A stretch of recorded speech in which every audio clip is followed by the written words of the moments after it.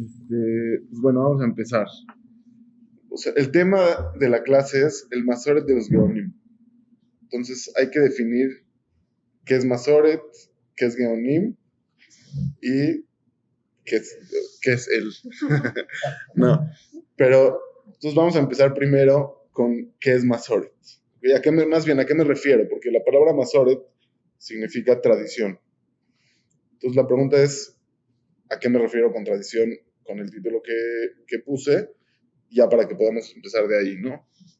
Entonces, cuando hablo de Masoret, no me refiero a lo que normalmente se habla como en la calle de que, no, pues ese rabino tiene Masoret, entonces tenemos que hacerle caso, como si es una palomita que por tener una tradición verdadera, ya te tienes que subyugar a él. No me refiero a eso. Tampoco me refiero a que todo lo que existe en el judaísmo hoy en día, o en lo que es el Masoret de los Geonim, se recibió de ellos necesariamente. O sea, digamos como que cada alajá que hubo en los países sefaradim, digamos que tenían el Masoret de los Geonim, que todo se recibió. No me refiero a eso tampoco. Entonces, ¿a qué sí me refiero? Me refiero a dos cosas específicas que les voy a explicar. Primero que nada, son referentes culturales básicos que conforman el estilo de vida de una comunidad o de un país, ¿sí? En nuestro caso, de una comunidad. Por ejemplo, si en por ejemplo, la tradición de los Geonim, supongamos que incluye que todos trabajemos y que no haya kolelim, por ejemplo, que el rabino trabaje. Entonces eso configura el judaísmo que se vive en la comunidad. O, por ejemplo, cómo se ve el tema de estudiar ciencias.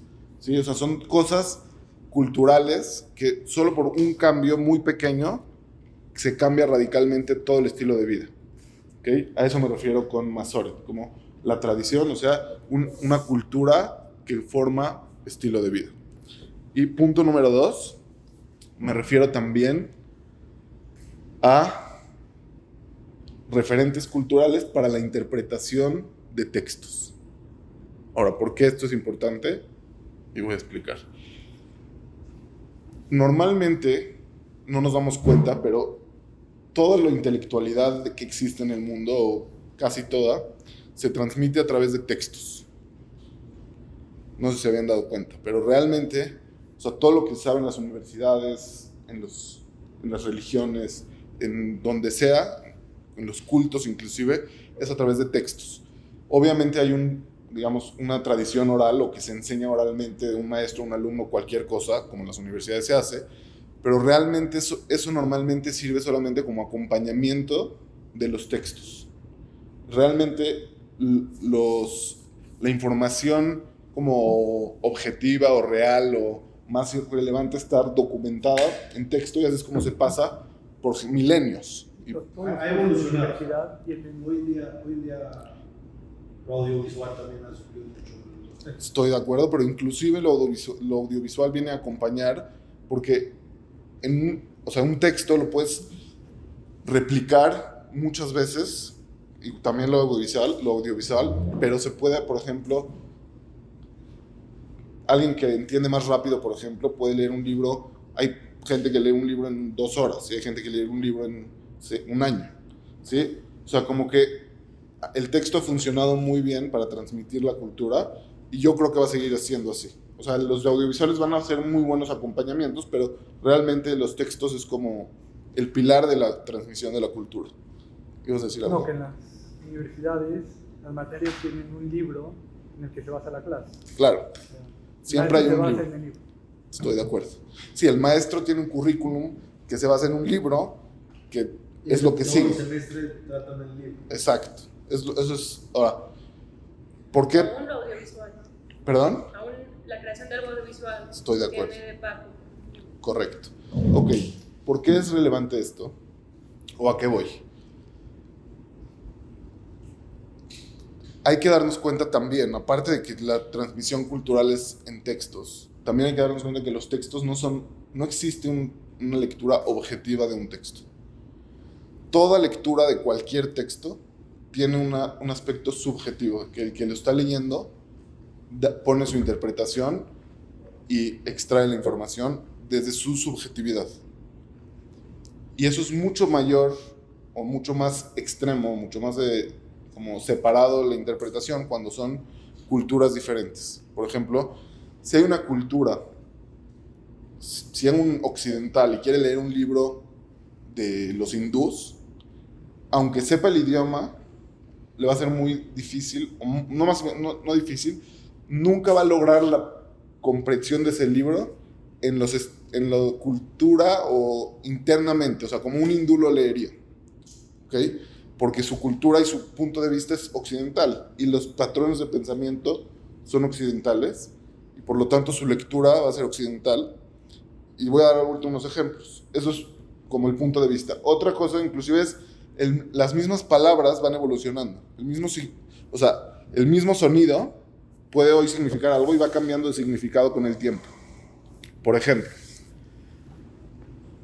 en Shakespeare, literalmente, ícono de la cultura inglesa, cuando hablan de una mujer joven, de un hombre joven, se le llama girl.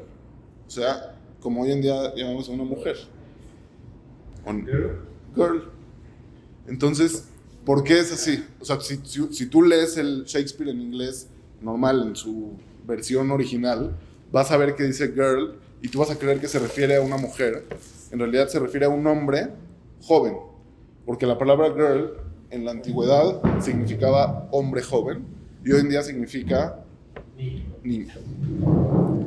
Entonces, ese es un ejemplo. Te voy a dar otro ejemplo, que es más en el ámbito cultural, de la perspectiva. Cuando un judío lee la Torá, lee una cosa. Si llega un académico y dice, vamos a analizar la Torá desde el punto de vista crítico e inclusive secular, o sea, crítico y secular. Su lectura, que lo hacen en las universidades, su lectura es absolutamente otra, es radicalmente otra. ¿Por qué? Aunque es el mismo texto, pues, estás leyendo lo mismo. Entonces, otra vez, la perspectiva afecta el texto que estás leyendo. ¿Ok? A ver, yo tengo una pregunta, perdón. Sí. Dijiste que tú, o sea, el ejemplo del hindú, Sí. pusiste para... Sí. No, o sea, tipo, a lo mejor me contradigo tipo con la religión, pero no es lo mismo que alguien de México leyendo tipo algo en hebreo o así. Claro, exactamente.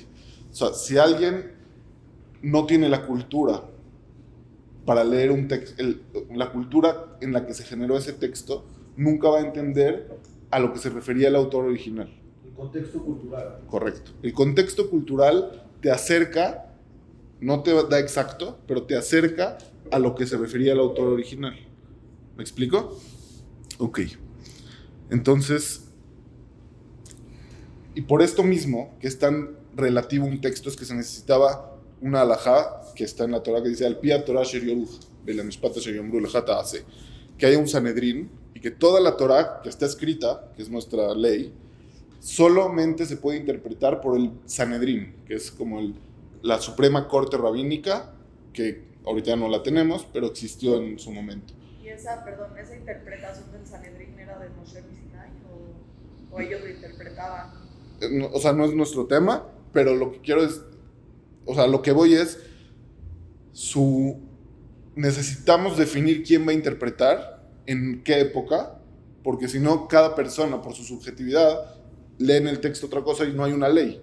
Y la intención de la Torah era que sí haya una ley. Y también al que definas va a tener su subjetividad. Claro, el que definas va a tener subjetividad, pero si querías una sola ley, tenías que poner la batuta de interpretación a alguien, porque si no, cada persona define y no hay una ley. Y en la Torah claramente se quiere una ley nacional, porque no es algo nada más religioso, se incluye también temas civiles, temas maritales, temas, o sea, familiares, todo está en la Torah, es una ley completa, no nada más es una ley personal ritual. Entonces, tiene que haber una ley unificada y para eso necesitas una interpretación central, única. Ok. Segunda introducción para comprender este punto. No nada más los textos no son fijos, sino las personas, a partir de los textos que leemos y a partir de nuestros usos y costumbres que tenemos, vemos las cosas diferentes. O sea, es como bidireccional, no nada más cuando tú tú proyectas tu cultura al texto, sino también lo que tú lees, el idioma que hablas, forma tu manera de ver las cosas. Les voy a dar un ejemplo. Cuando nosotros decimos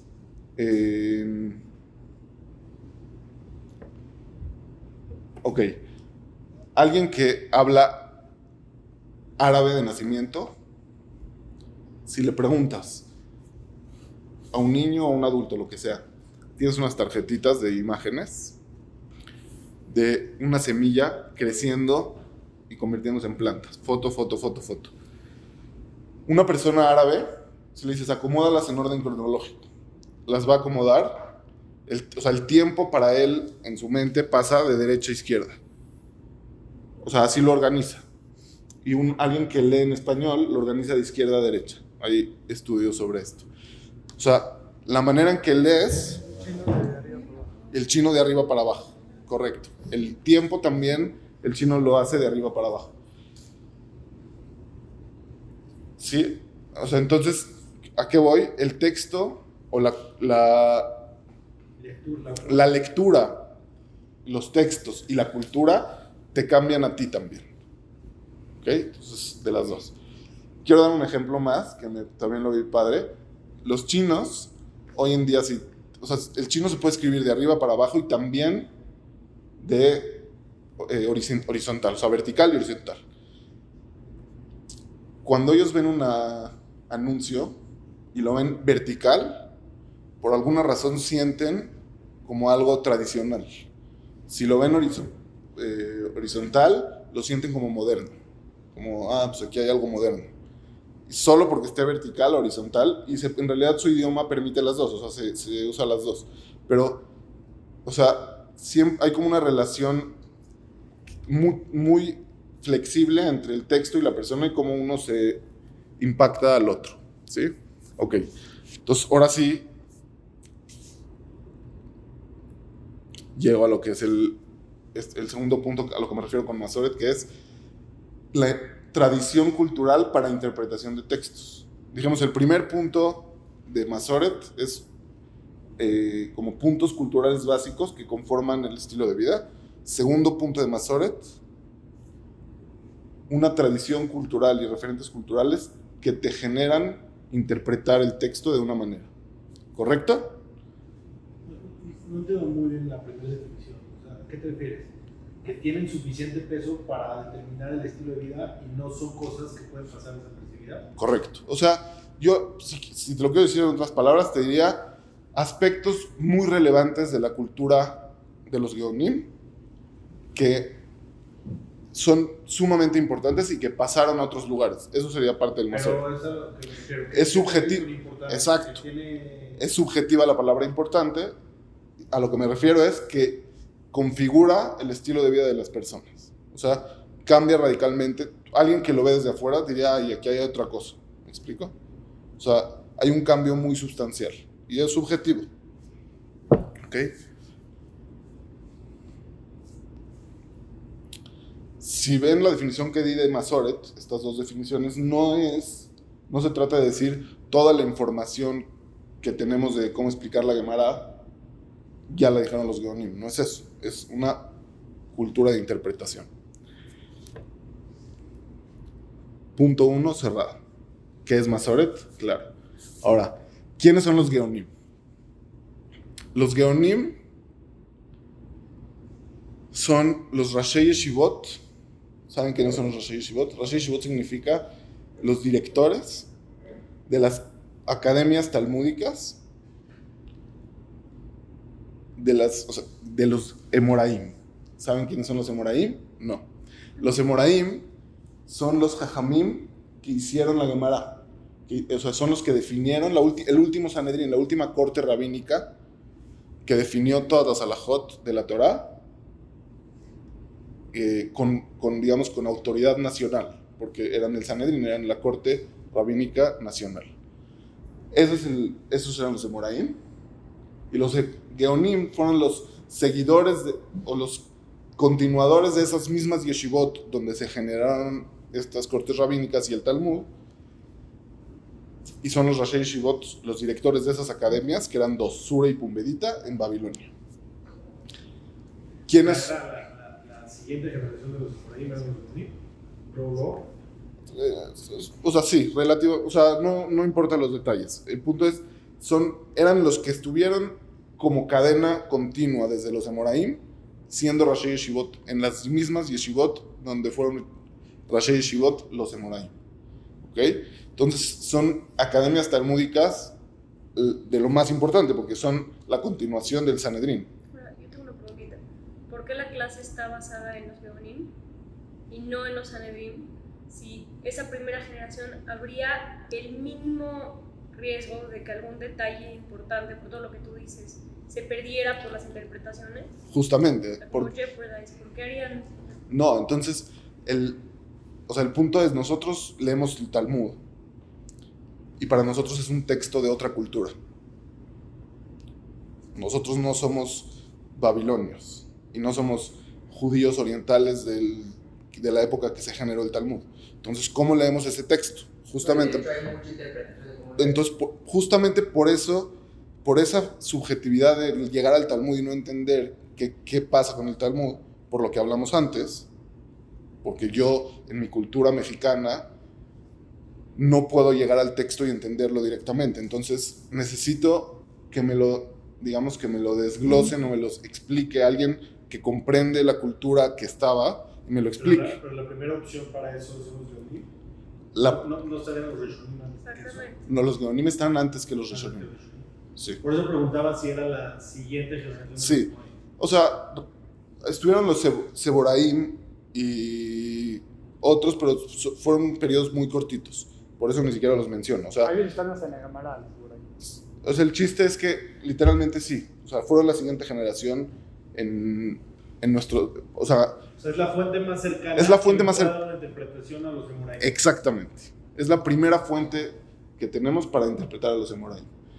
Ahora, entonces, por eso podemos entender la relevancia del Masoret de los Geonim, porque si ellos son la primera generación que estuvieron después de los Emoraim y explicaron la Gemara, entonces su explicación es sumamente importante porque están en la cultura en la que se generó ese texto.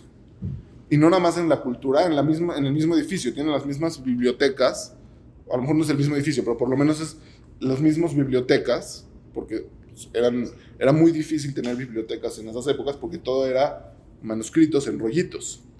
Entonces, tener la biblioteca de las yeshivot de los Emoraim era lo máximo. Entonces, ellos tenían las bibliotecas de los Emoraim, fueron continuación ininterrumpida de la cadenita de Rashei Yeshivot, de los directores de esas yeshivot, que antes eran Emoraim, y cuando se hizo el Talmud, se cerró el Talmud, pero siguió habiendo Rosh Yeshiva ininterrumpido. ¿Entienden? Entonces... ¿Cuántos Jajamim conforman ese grupo que se llama Geonim? No sé, pero alrededor de 60. Pero no los conocemos. No mucho, no. En cada época solo había dos Geonim. Un director de la yeshiva de Sura y otro Rosh Yeshiva de la yeshiva de Pumbedita, Sura y Pumbedita. O sea, eran dos a la vez, a lo mejor estamos hablando de un tramo de 200, 300 años. De 500 años. ¿Y alguna vez hubo una discrepancia entre interpretaciones? Claro, Pero pero no más son los directores, también eran también de la época. obvios. No, lo que dice, no, O sea, eran los jajamim más importantes de la época, es lo no, que pero, estamos sí, diciendo. pero sí lo definiste A lo como... mejor había uno que no era el director. Sí, o sea, sí podría haber otros jajamim que no eran Geonim, Pero no se llaman A los Geonim. que se llaman Geonim eran específicamente con los Yeshivot. Solamente a los Sería Rosh un Yeshivot. crowd muy grande en su época. que No se le ahorita- llama- ahorita- no se le llama Gaon. entra dentro de los- No entra dentro de los Geonim. ¿Y quién les pone el término de Geonim? O sea, ¿de dónde nace? Gaón, o sea, las yeshivot, es buena pregunta, pero el título del presidente de esas yeshivot se llamaba Gaón. Así era, es una realidad. ¿Ok? Gaón no significa genio, Entonces, literalmente significa genio. no, ese es un error. No significa genio. ¿Qué significa? Significa como Eminencia. eminente, Sí, soberano, sí, como sacerdocio, de Geut, de- creo. No, la verdad no estoy seguro, no quiero decir. Un tipo de puesto, por decirlo de alguna forma. No, sí significa algo, pero se usaba como un título. ¿Ok? Pero bueno. Dijiste ahorita que se cerró el Talmud y entonces ya siguieron los Geonim. Sí, ¿Qué Cambió. acto o qué es lo que hace que digan aquí se cierra? muy bien. Lo que hizo que se cierre y ya no se llamen Emoraim y que ya no se llamen Sanedrín, o sea, que ya no se llamen Bet Din Agadol, es que dos cosas. Uno, que ya no hicieron alajot nacionales. Ya no publicaron alajot nuevas o detalles de alajot que no se habían dicho antes. Los Emoraim sí hicieron eso.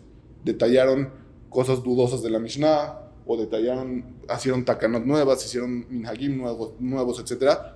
A nivel nacional. Los Geonim ya dejaron de hacerlo. Como la legalidad de cambiar algo también. Correcto. Y segundo, la jurisdicción, que creo que es a lo que te referías. O sea, su poder legal ya no era nacional tampoco. No nada más no lo publicaron, ya no lo tenían. ¿Por qué no lo tenían? Porque ya muchos Yehudim ya no estuvieron cerca de Babel. Entonces ya no tenían ellos control. O sea, son una corte legal. Digamos, la corte legal de Cuernavaca, los jueces de Cuernavaca solo pueden juzgar a Cuernavaca. Ellos eran la corte de Babel. Cuando la mayoría de los Yehudim estaban en Babel, pues ellos son el Sanedrín porque ellos juzgan a la mayoría del pueblo de Israel, entonces todo el pueblo tiene que entrar a su soberanía, digamos, entran en su jurisdicción. Cuando muchos Yehudim ya no están en Babel, pierden su poder de Bet Din Agadol. Ya no son el Bet Din de todo Israel. ¿Ok? Por eso dejaron de legislar. Sí. O sea, por eso dejaron de legislar, ¿no? Eso no está tan claro, pero pasaron de la mano. Eso sí. No sé si por eso, pero pasaban juntas. Ok.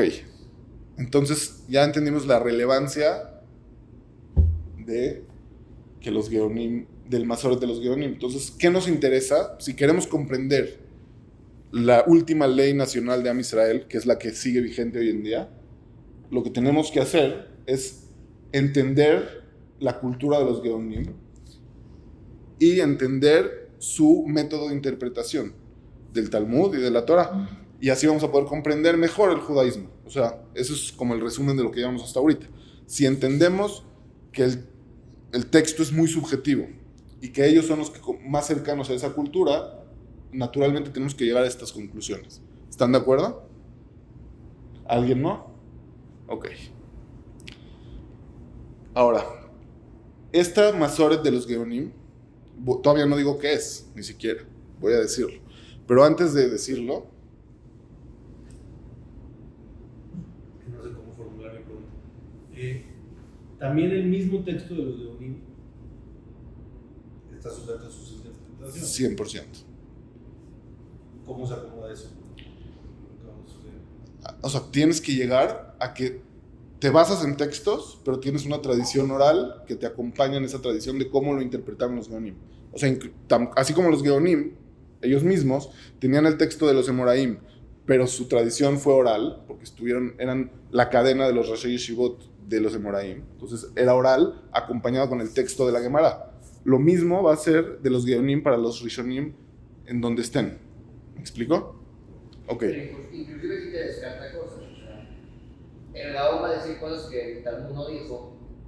Que te va a decir Sí, cosas. es verdad. Hay cosas que sí. El Gaón va a decir algo muy diferente a un fan de Alemania, por ejemplo, sobre cómo interpretar algo. Entonces ya, ¿entiendes? O sea, algunas cosas ya las Te va a pulir. ¿A qué te refieres? O sea, que si uno dice algo y otro algo, como que... Pues claro, siempre hay, como dijimos, cualquier texto va a haber, Cambia, ¿no? pues, cada quien lee diferente. Entonces, si alguien es experto en hebreo, es experto en la cultura del texto que se escribió, y después de eso tiene una opinión, su opinión, digamos que se puede tomar en cuenta como una opción válida, porque sabe leer, digamos, ¿no? Si no sabes leer, pues no puedes dar tu opinión, pero si sí, entonces das tu opinión y puede alguien discutir contigo. Como en cualquier texto, dos que saben leer pueden discutir, es normal. Ok. Ahora, yo digo que el Masoret de los Geonim llegó a Sefarad y era el Masoret o la cultura judía que se vivió en Sefarad, o más bien la cultura sefaradí, es la de los Geonim. Eso es lo que yo propongo. Entonces, ¿qué es sefaradí? ¿Okay? La definición también quiero dar. Sefaradí, a ver, quiero oír qué opinan ustedes. ¿Qué es sefaradí? Que en algún momento se establecieron en el Mediterráneo. ¿Mediterráneo o en España? Porque No sí. necesariamente España, Francia, o sea, toda esa zona, ¿no? Ok, a ver, ¿alguna otra opción? Sefaradí. O sea, sí, inicialmente España. O sea, a ver, ¿tú eres sefaradí? ¿Tú eres sefaradí? Claro que son shamis. Los shamis son sefaradim. ¿Por qué son sefaradim los shamis? Si son de Damasco, ¿qué tienen que ver con España? Sus antepasados vivieron en algún momento en España. Ok, entonces es otra posibilidad. ¿Alguien tiene alguna otra posibilidad? Ok, les quiero decir, primero que nada... ¿No puede ser una forma de pensamiento? Exacto, a eso voy. Primero, no es Francia, porque Francia era Tzarfat, y justamente hubo bastantes roces y diferencias entre Jahmed Sefarad y Jahmed Tzarfat. Tampoco es que tengas ascendencia, o no sé quién dijo, que tengas ascendencia de Sefarad.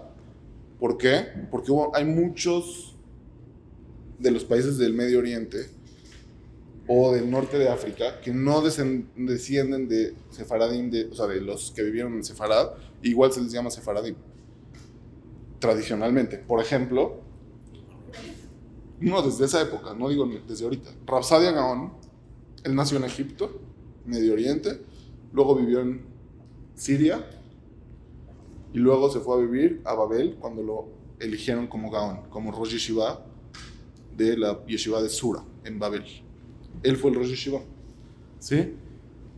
Entonces, Rav Sadia Gaon se menciona en responsas rabínicas posteriores como Rav Sadia Gaon Asfaradí. ¿Qué onda? 2. Rabenu Hananel vivió en Kourán, como se menciona, bueno, el norte de África, no sé cómo se pronuncia la ciudad. ¿Cómo dijiste? Kourán, no saben. Ok, no importa. El punto es, norte de África, fue el jajam más grande del norte de África, Rabenu Hananel, también se menciona muchas veces. Rabenu Abraham ben Arambam dice, Rabenu Hananel Asfaradí. ¿Lo consideran Gaon? O sea, no es Gaon porque no fue Rosh Yeshiva de los Geonim, pero tiene el Masoret de los Geonim, por eso lo llaman Gaon. Porque ¿Esas son las primeras fuentes del término sefaradí? ¿O de dónde nace el término? También. sí, no, o sea, ¿qué es lo que quiero analizar? O sea, yo veo que a Rabenu Hananel le dicen sefaradí, a Rav Sadia Gaon le dicen sefaradí, ¿a quién otro le dicen sefaradí? Aquí ya lo tenía escrito. Todos esos los tienen. Uno de África, otro de Egipto, que también es de África, y vivió en Babilonia, etc. Entonces, No es Marruecos, ¿no? ¿perdón? Rabenu Hananel no era de Marruecos. No. Ok, luego, por otro lado, hubo jajamim que estuvieron en España, que vivieron en Sefarad, y no se les llama sefaradí. Por ejemplo, los del norte de España, el Bet Yosef, Marán, el Shulchan Aruch, hay veces distingue, dice, tal jajam, el sefaradí, distinguiéndolo con el de Cataluña. O sea, sefaradí no incluye Cataluña, dice, no el de Cataluña, el sefaradí. Entonces, Cataluña es parte de España, entonces quiere decir que tampoco es eso. Entonces, ¿qué es ser sefaradí? O sea, tradicionalmente se usó para personas que en la Edad Media, en la época de, o sea, entre el año 900, o desde el año 800 hasta el año 1500, vivieron en países árabes, a ellos y a sus descendencias. ¿Ok? Pero no étnicamente, sino, o sea, no nada más por ser biológicamente descendiente, sino por la cultura que representaban. ¿Pero por qué Cataluña es por aparte? Porque Cataluña no tenía la cultura de los países árabes y Cataluña no era árabe. ¿Okay? Cataluña era cristiana, era un imperio independiente. O sea, y se le empezó a llamar en esa época, en la Edad Media, desde esa época ya se llamaban ellos sefaradí, o con el tiempo se fue. Es lo que te digo, yo, los textos que yo vi en que se usan sefaradí son desde más o menos la época de 1200, se usa desde antes, no sé cómo se usa. Yo veo que desde 1200 el término sefaradí no se refiere al que nació en Sefarad, se refiere al que él o su ascendencia vivió en países árabes. Por ejemplo, Rabbeinu Hananel vivió en países árabes, Rab Saadia Gaon vivió en países árabes, los de Andalucía vivieron en países árabes y los de Cataluña no vivieron en países árabes, ¿sí? Entonces, ya, eso es. Ahora, el Rambam. ¿Tiene término de sefaradí? Claro. ¿Por qué? Porque él era todo, o sea, la mayoría, el Moreno Ujim lo escribió en árabe. ¿Ok? Entonces, si en realidad es una terminología cultural de a qué cultura perteneces dentro del pueblo de Israel, entonces quiere decir que puedes nacer en un país árabe y en realidad no ser sefaradí también. Y al revés, nacer en un país que no es árabe y también ser sefaradí. Por ejemplo, el Radak, Rabbi David Kimhi, es considerado sefaradí al 100%, fue de los más sefaradín de la historia y era francés, por ejemplo. Jajam David Nieto era de Inglaterra, bueno, Holanda, Inglaterra, no sé qué, es sefaradí. ¿Ok? Entonces, no importa si naces en un país no árabe, puedes ser sefaradí si tienes la cultura de sefaradí. ¿Ok? Ya. Cerramos. ¿Es una simple etiqueta social? No. O sea, cuando dices el Radak es súper considerado sefaradí, ¿qué significa es considerado sefaradí? ¿Por quién? ¿Por él mismo? O sea, justamente que o sea, el tipo de judaísmo que llevó fue el mismo tipo de judaísmo que llevaban en los países árabes en esa época. ¿Me entiendes? Sí, o sea, siento que es muy subjetivo, güey. No, o sea, entiendo, pero no es subjetivo. Es muy clara, son muy claras las diferencias.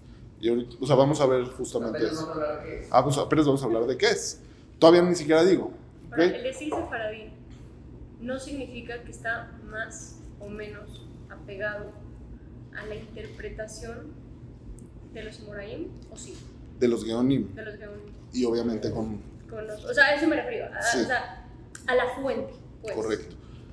Que Obviamente. es, la verdad, lo único que importa. A Exactamente. mí, Obviamente. Me encanta. Justamente, no es. Y a eso es a lo que quiero llegar. Si a alguien le importa ser sefaradí, porque esa es su tradición, o porque ese es lo que recibió, yo creo que es una tontería. Es literalmente, o por raza, es una tontería, o por que valoras más esa etnia, es una tontería. Si tú crees que esa cultura representa más lo que era la cultura de los Emoraim, entonces tiene un sentido sumamente importante ser sefaradí. No es algo mediano, es algo importantísimo. Obviamente, el que no es sefaradí pues va a decir no. Claro. Ser sefaradí no es más cercano a los Emoraim, que es lo que piensa cualquier tipo en Beneverac, que no es sefaradí y cree que él tiene el Masoret verdadero de los Emoraim. Por el simple hecho que vivían en Irak, no es como, o sea, que estaban en Babel, no es como simple lógica de que está más apegado culturalmente. Claro, o sea, yo pienso que sí, o sea, es uno de los argumentos, pues, hay una similitud cultural gigante y obviamente es más fácil que se pueda transmitir lo que es la cultura, pero bueno. No, o sea, el idioma. Inclusive el idioma, sí. Depende del idioma. Muy bien, pero vamos paso a paso. Ok. Ahora, ¿quién sí acepta que el Masoret de los Geonim es el más apegado a los Emoraim? ¿Ok? Lo aceptan Ibn Megas, que es de los jajamí más importantes en Sefarad, el Rosh Yeshiva de la Yeshiva de Lucena en Córdoba. Súper importante jajam sefaradí. Dice el Masoret de los Geonim es el que define, y yo lo tengo, o sea, nosotros lo tenemos, y por eso tenemos la mejor interpretación del Talmud y del judaísmo. Lo mismo Rabbeinu Hananel, que dijimos, del norte de África. Lo mismo el Rambam, pero más importante es que los Jajamim Ashkenazim también aceptaron que el Masoret de los Geonim es el que vale. ¿Okay? Rabbeinu Tam dice literalmente, el Masoret de los Geonim es el que define lo que los Moraim creían, y no, o sea, no es discusión en eso. Todos aceptan que los Geonim son los que definen. Ahora, la pregunta es, ¿quién siguió realmente lo que dicen los Geonim? O sea, inclusive Rabbeinu Tam no lo siguió, ¿no? Esa es mi pregunta. Vamos a eso, justamente. O sea, Rabbeinu Tam dice, tenemos que seguir lo que dicen los Geonim, porque ellos son los que tienen la interpretación más cercana de la Gemara. O sea, pero no había como 60, habías dicho. 60 Geonim. Ajá. Sí, correcto. O sea, ¿cómo de todos ellos después dijeron cuál es el que... Sí. O sea, No, tienes razón. Yo no digo... ¿cuál es el correcto? No, yo no digo que hay un correcto. Lo que digo es hay una cultura de interpretación, de más o menos vemos las cosas así, como dijimos, si hay un grupo de gente que dice vamos a analizar la religión, la Biblia, desde el punto de vista cabalístico, va a ser muy distinto que alguien que diga voy a analizar la Biblia desde el punto de vista científico. Pero entre ellos van a aparecer. Entre ellos, cabalísticamente. si hay 7 cabalistas que van a interpretar la Torah, se van a parecer más o menos. Van a haber discusiones, pero más o menos se van a parecer. Es lo mismo acá. Los 60 tenían cada quien visiones ligeramente distintas, pero su cultura era muy parecida. ¿Okay? Porque justo se educaron de mismas personas. O sea, Sí. como hay sistemas de percepción que también se heredan. Claro. Pero, ¿hay alguna validez de yo como decir, metal? Soy Ashkenazí, sé que lo más apegado a la interpretación talmúdica es el sefaradí. Claro.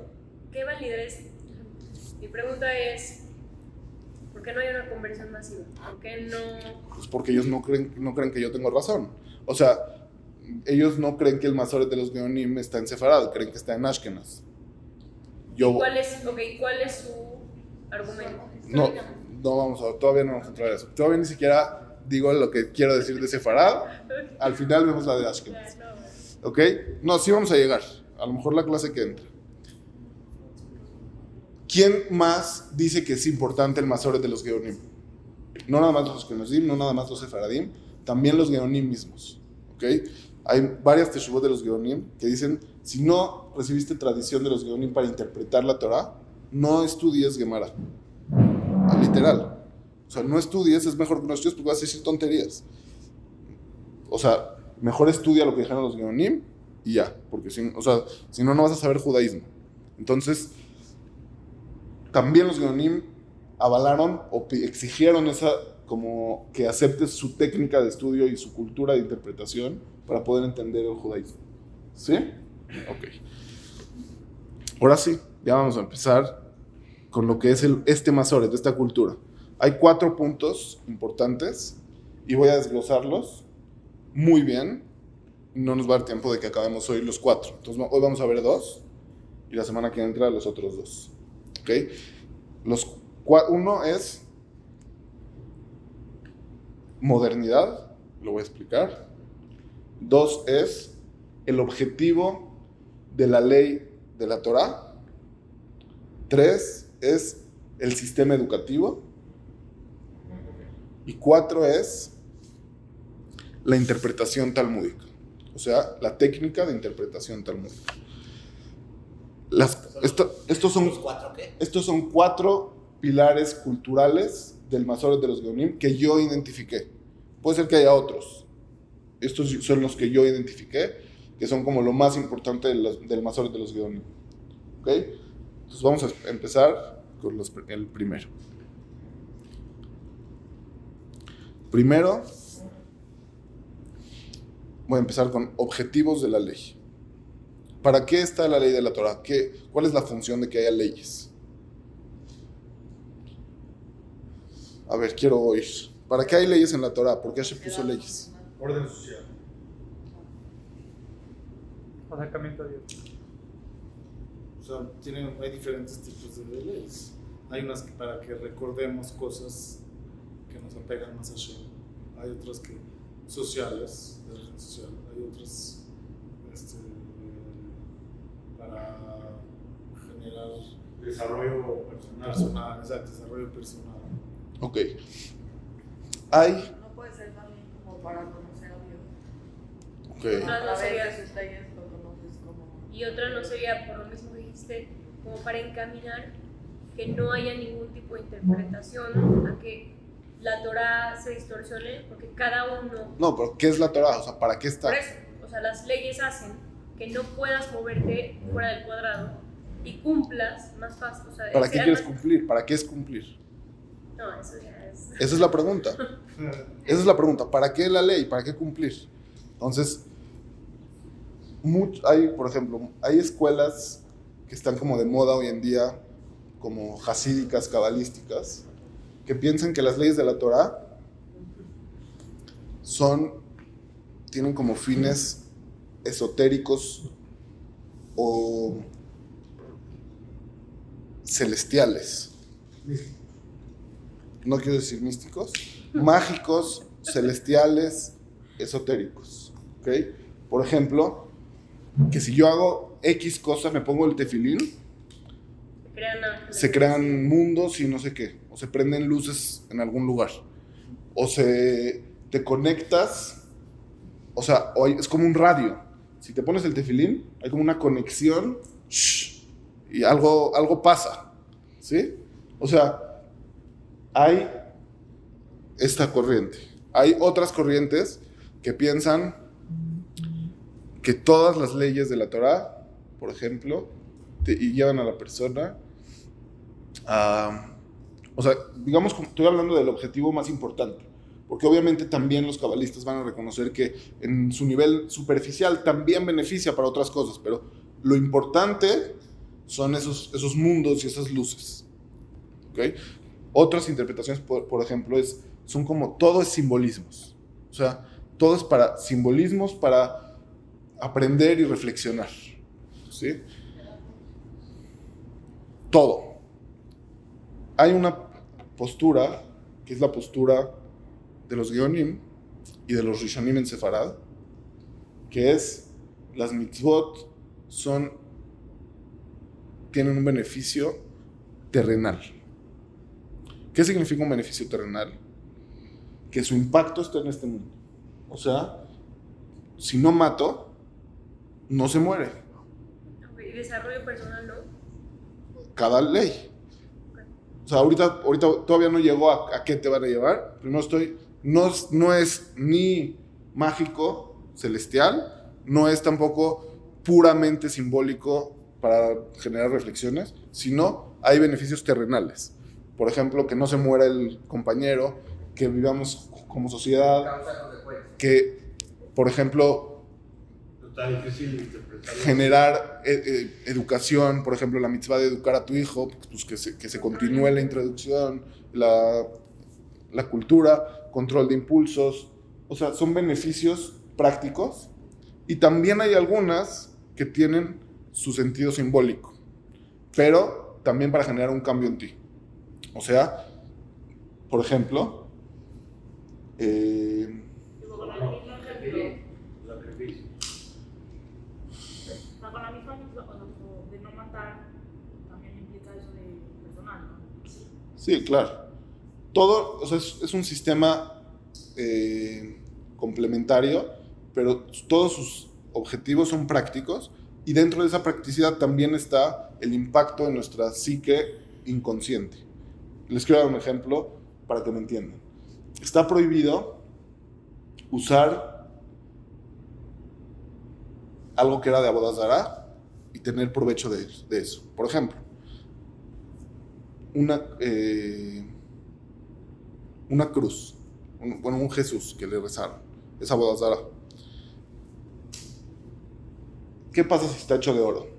Y me lo encontré en donde sea. Y es Avodah Zará. ¿Lo puedo yo derretir y vender el oro? O, así como está, venderlo y ganarme un dinero. La Torah prohíbe. ¿Ok? Derretido. Inclusive derretido, inclusive destruido. Y no nada más es prohibido usarlo así como está, destruido también. Y también tener provecho, cualquier provecho. Ni siquiera se lo puedo regalar a alguien. Lo tengo que destruir. El Rambam, O sea, pero de repetirlo no es destruirlo. Hay maneras de ver.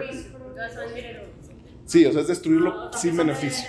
Ya, o sea, tirarlo al mar, o quemarlo y que esté ahí, o enterrarlo, lo que sea, ya no, o sea, que se pierda. No hay una interescada o algo. Entonces, el Rambam dice, o sea, quiero explicar este ejemplo en el Rambam para que me entiendan la idea en general.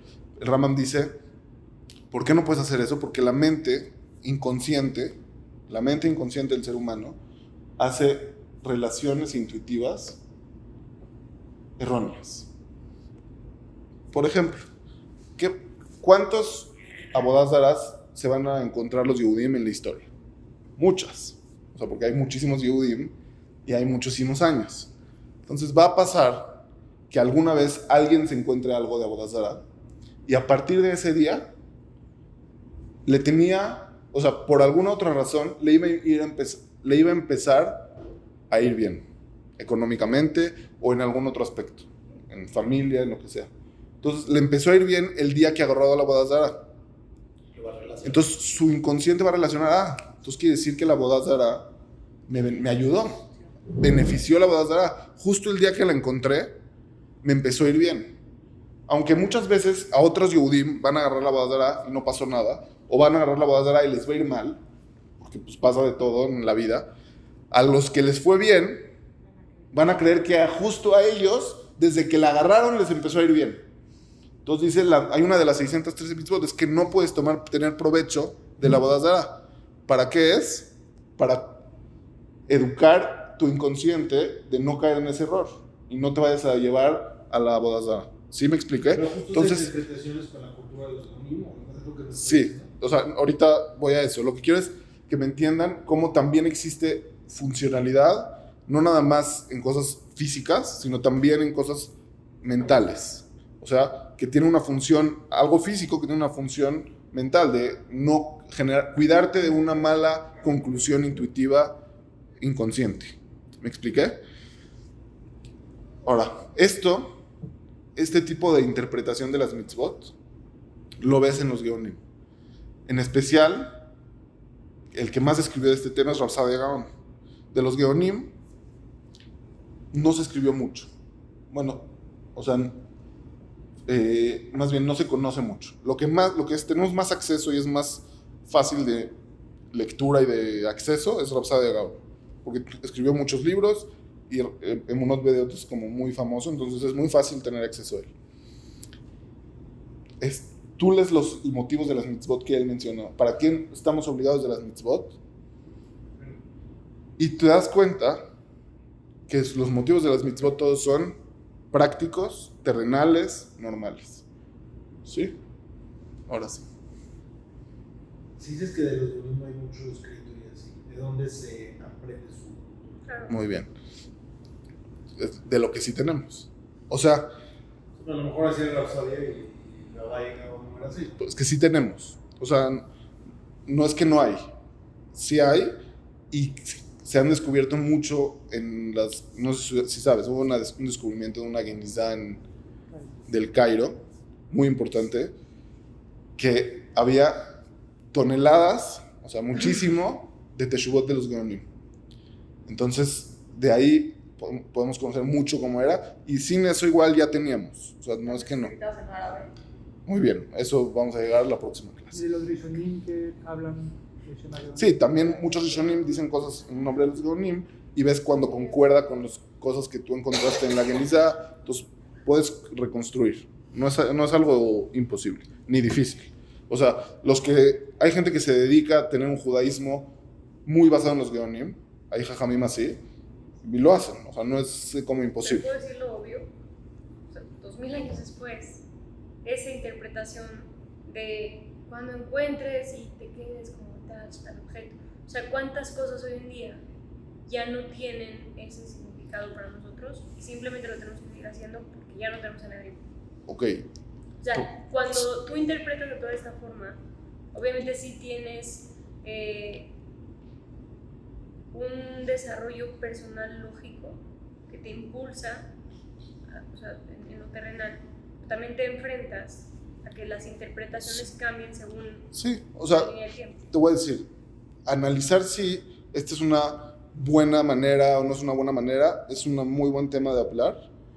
Lo que ahorita, no me quiero desviar, pero eso es buena pregunta, hay que analizarlo, pero lo que es, o sea, si ya asumimos que los Geonim son los que estuvieron más cerca de los Amoraim, entonces ya, esa es la cultura de interpretación judía, ¿me entiendes? Ya no importa si nos gusta o no, o sea, hay que igual hablarlo porque está interesante. Claro, pero eso en ese momento fue cuando pusieron las leyes, porque en ese momento hacía sentido. Sí, entiendo. Cuando hoy en día, Sí, o sea, entiendo que es algo complicado, pero realmente, si vemos que los Geonim, la interpretación de los motivos de las mitzvot era así, y en ese camino práctico, entonces pues eso es el judaísmo, aunque esté duro y aunque cambie o lo que sea, o sea, ese es el judaísmo, ¿me explico? Y sí, a lo mejor hay que ver cómo se resuelve. En otro curso, si Dios quiere, a lo mejor hablamos de eso, pero lo que quiero que me entiendas es irrelevante ahorita claro, si resolvemos esa pregunta o no. Prácticamente los Geonim escribieron eso, ¿sí? Ok. Dentro de este mismo punto que dijimos de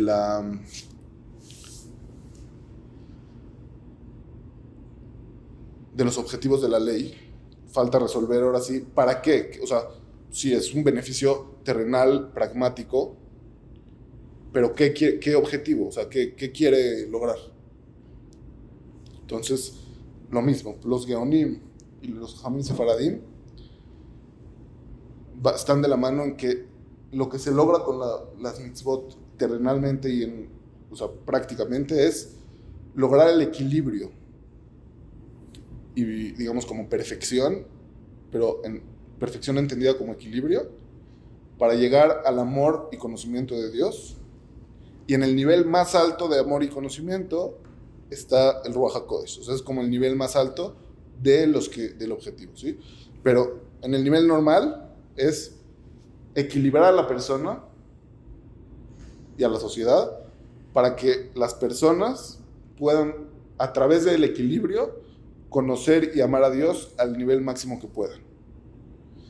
Y necesitas todo un sistema social, una sociedad, una civil, intelectual, todo, las mitzvot que hay, son recetas, como literal, una receta de cocina, que le pones esto, le apagas, le calientas, le quitas, le pones esto, el otro. Todo es una receta completa y perfecta para que la persona se forme de la manera en que pueda comprender de la mayor manera y amar de la mayor manera a Dios.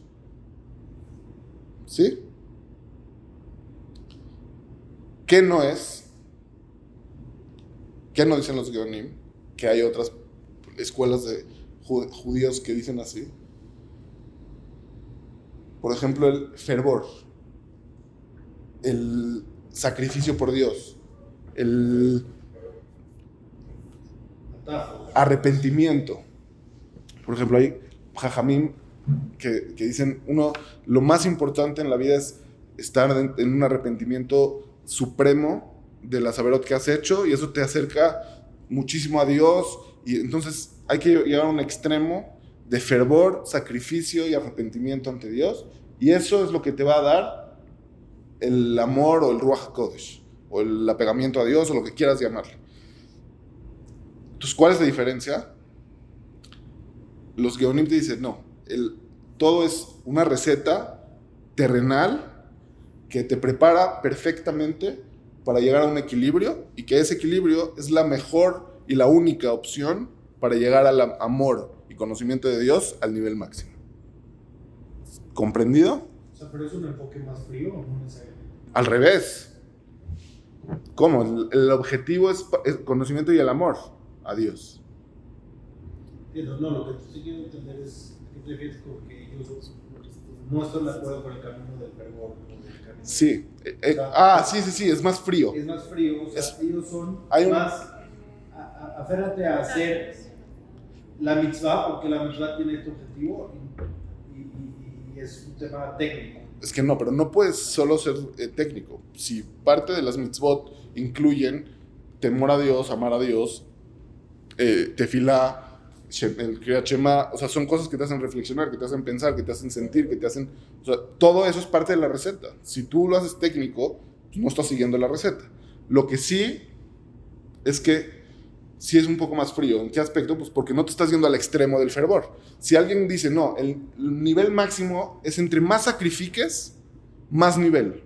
O entre más humbrot, más nivel. O entre más fervor, más nivel. Como... Entre más sufras, más nivel. Que se oye. Sí.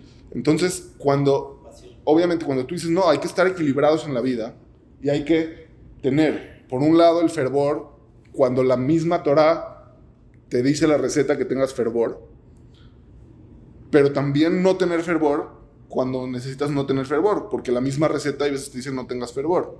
O hay veces, por ejemplo, la Torah te pide que disfrutes en Shabbat.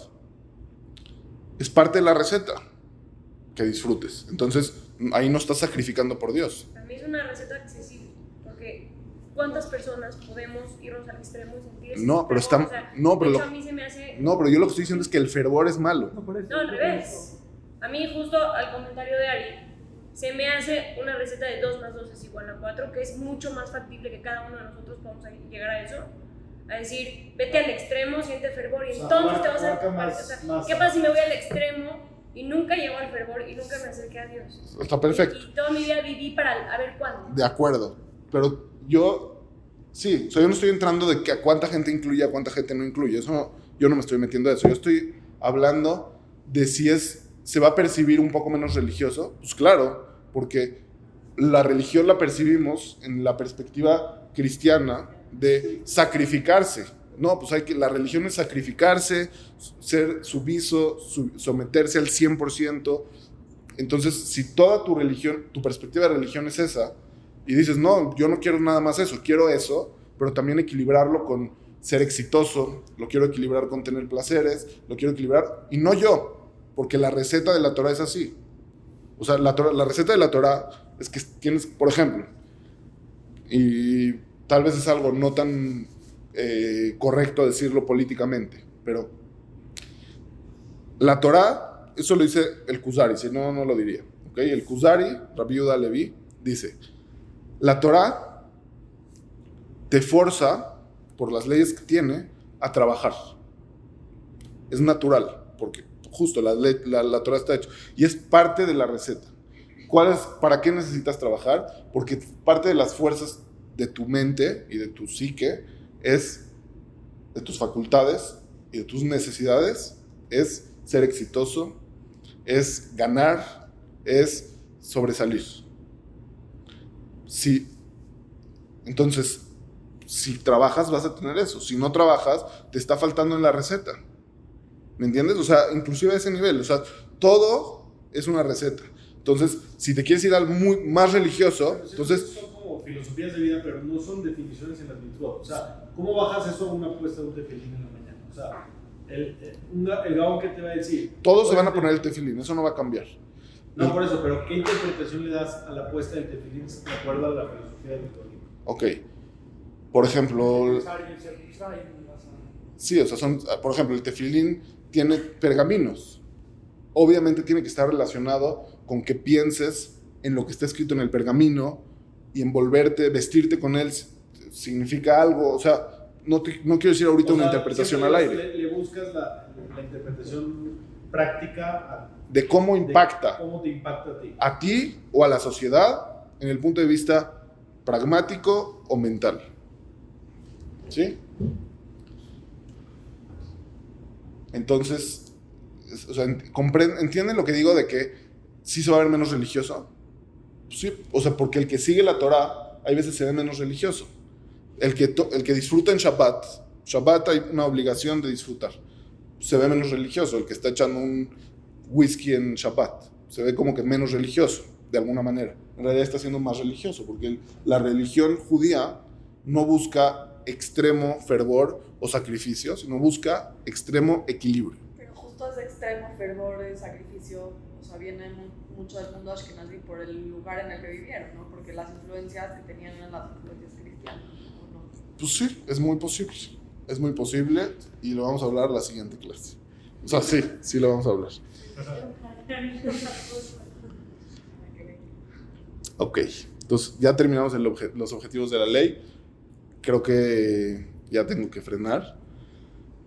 El segundo punto creo que lo puedo echar rápido en 5 minutos si quieren, si tienen tiempo. Ok, el segundo punto es modernidad. Obviamente, voy a hablar de modernidad en los Geonim, no es la modernidad de hoy, es la modernidad de ellos. Modernidad significa contemporáneo a tu época. ¿Ok? En que ellos se integraban en diferentes aspectos a la modernidad de su época. Por ejemplo, en el idioma, hablaban el idioma de su país, no hablaban un idioma Yiddish. 2, o sea, y el idioma es importantísimo, no crean que es chiquito. Como dijimos, el lenguaje con el que hablas impacta en cómo piensas. Entonces, es algo importante. Punto número 2, económicamente integrados a la sociedad al 100%, no tenían sus economías internas como sí había en otras partes del mundo. Bueno, pero porque eso era obligado por el gobierno. A veces era obligado por el gobierno, a veces no, pero sí, a veces era por eso. No era, o sea, a veces no era por voluntad. 3, integración intelectual. ¿Qué significa? Conocían a la perfección todo lo que se decía en los círculos intelectuales de su época, independientes al judaísmo, los jajamim. En astronomía.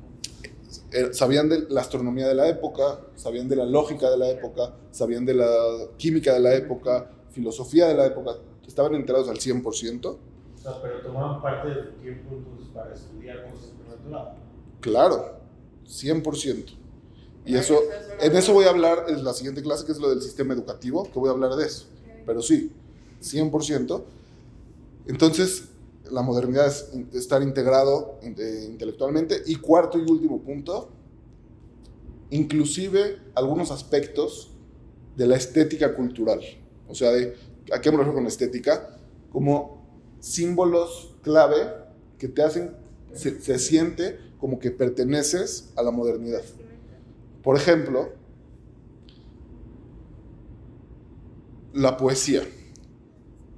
Había un jajam muy importante, del alumno de Rabbi Gaon, que fue uno de los Geonim, muy importante, que él se llama Ibn Janash.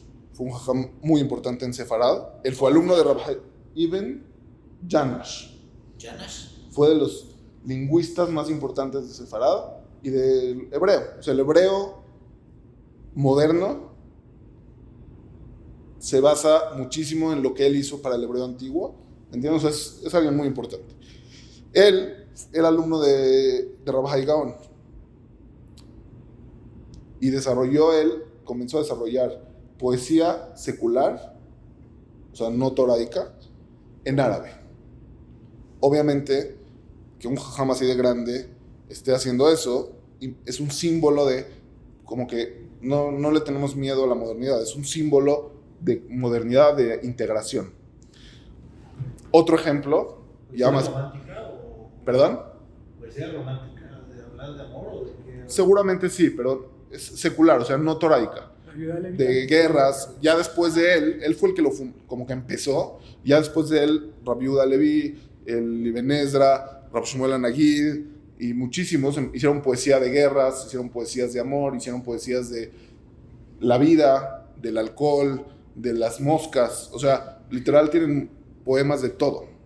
Y no nada más en árabe, sino con el estilo árabe de poesía, que es un tipo de rítmica y rima muy específica de la cultura árabe, y lo hizo Ibn Janash, y a partir de él, todos los Rishonim en Sefarad.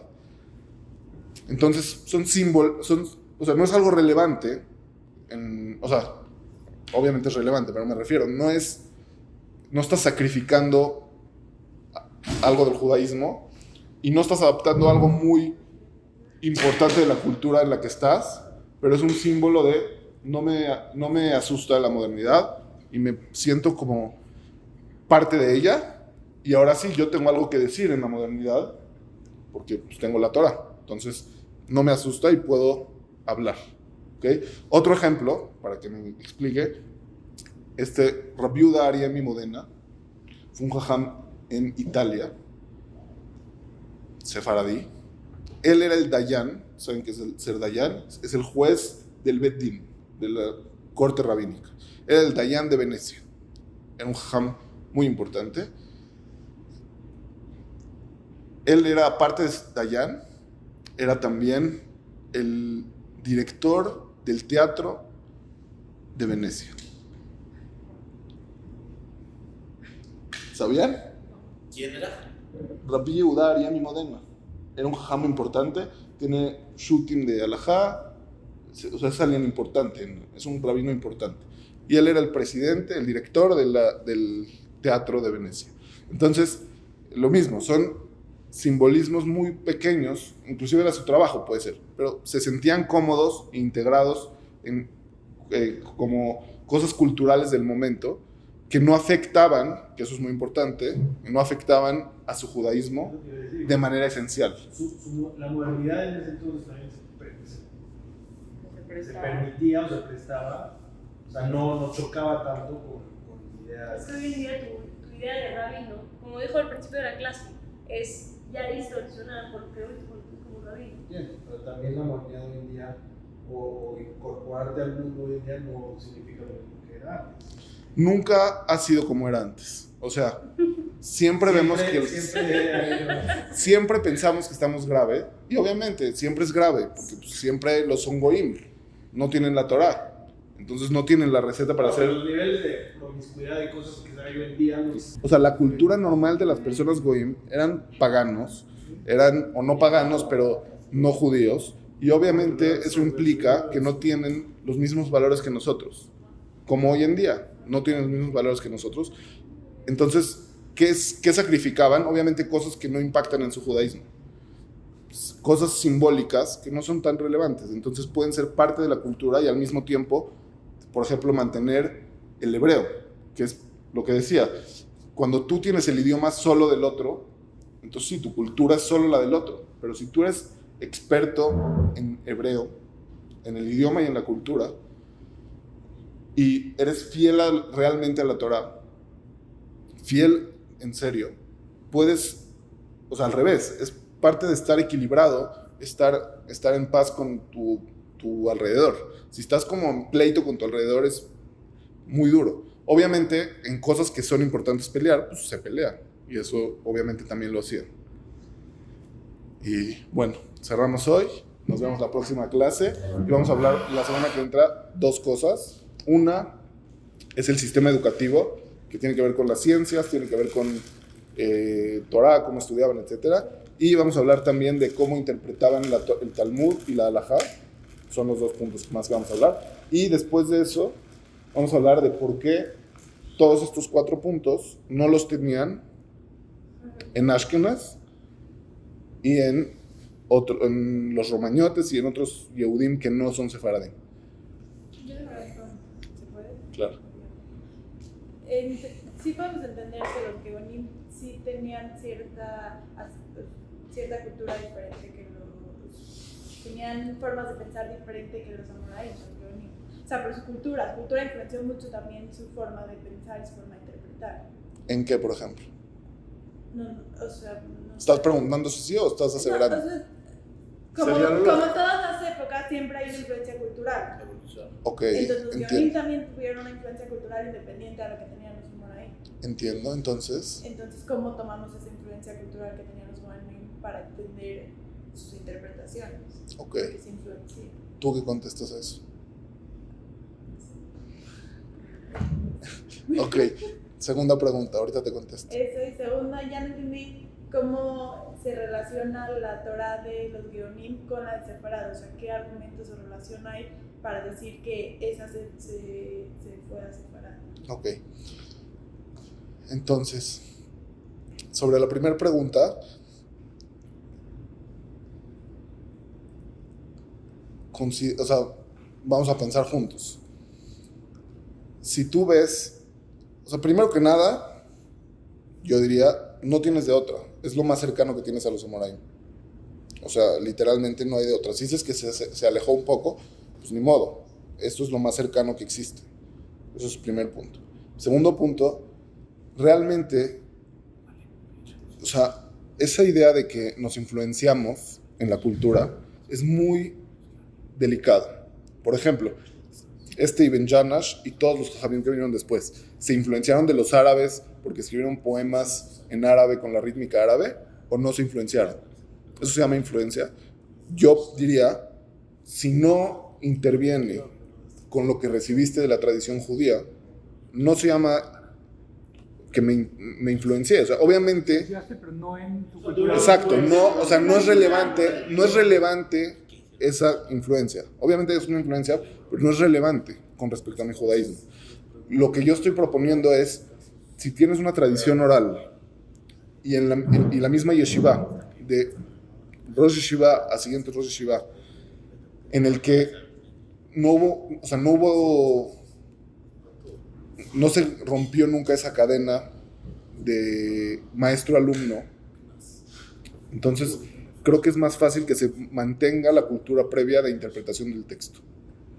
Pero también muchas veces las necesidades de la época influencian en los Satzalá, en la escapada de las personas. Entonces lo que vemos con los gente de Ashkenaz, la cultura influenció su forma de su ideología, su forma de interpretar textos. Yo pienso que las personas, obviamente la persona es subjetiva y cuando lee un texto su subjetividad va a incluir, pero si lo haces a partir de la cultura de los geonim de interpretación, no va a ser tan distinta. Por ejemplo, el Rambam, es que ese es el tema que vamos a hablar la semana que entra, pero el Rambam dice, en todo el Mishneh Torah hay 75,000 alajot. ¿Okay? De las 75,000 alajot, el Rambam dice que discutió con el Rif en 35. ¿Okay? Obviamente hay discusiones, pero no dependen de la necesidad de la época. O sea, ¿cuándo sí depende de la necesidad de la época? Cuando tu cultura te dice que la manera de interpretar la halajá es tomando en cuenta la necesidad de la época. ¿Me explico? O sea, ¿quién dijo que se usa la necesidad de la época para la psiká? Yo creo que sí se usa, pero no es diferente a como te lo estás imaginando. O sea, no es como que me influencié de la necesidad, sino es la necesidad me obliga a reevaluar la halajá de manera más precisa y exacta y veo si se permite o no. ¿Me explico? Hay otra manera de interpretación de la halajá que es, no, las necesidades juegan un papel para permitir cosas que están dudosas, por ejemplo. Hay quien dice así. Esa es una manera que yo considero que no es parte de lo de los geonim. ¿Me explico? Entonces tú estás hablándome desde la perspectiva de la halajá, pero no de los geonim. ¿Ok? Ahora, ¿por qué digo que esta es la de los geonim y está en Sefarad? pues cada punto dije ejemplos. Por ejemplo, la de las mitzvot, dijimos que Rav Saadia Gaon, su interpretación de las mitzvot es muy parecida al estilo de interpretación de las mitzvot de Ibn Ezra, del Rambam, de Rabbi Yehuda Levi, que son prácticas terrenales. Para el tema de idioma, pues hablaban árabe, los ashkenazim no. Para el ejemplo de intelectualidad, los Geonim conocían la ciencia y filosofía de su época, también los sefaradim, y para el tema de estética y cultura, también. Ibn Janash salió alumno de Rabbi Gaon, y él inventó la poesía secular. ¿Me explicó? Y en Sefarad se hizo también, porque pues... ¿ya? Gracias. Yo tengo una pregunta. Rashi, ¿qué? Ashkenazi. No, ya, ahí me contestaste, porque te iba a preguntar que si era sefaradí, ¿por qué hubiera él interpretado que Mitzrayim, una de las plusvalías, era que no cambiaran su vestimenta y su idioma? Digo, ¿cómo si es parte de los ya? Pero bueno, o sea, entre paréntesis, no tiene que ver con la clase, pero te contesto. Eso no es Rashi, es un Midrash.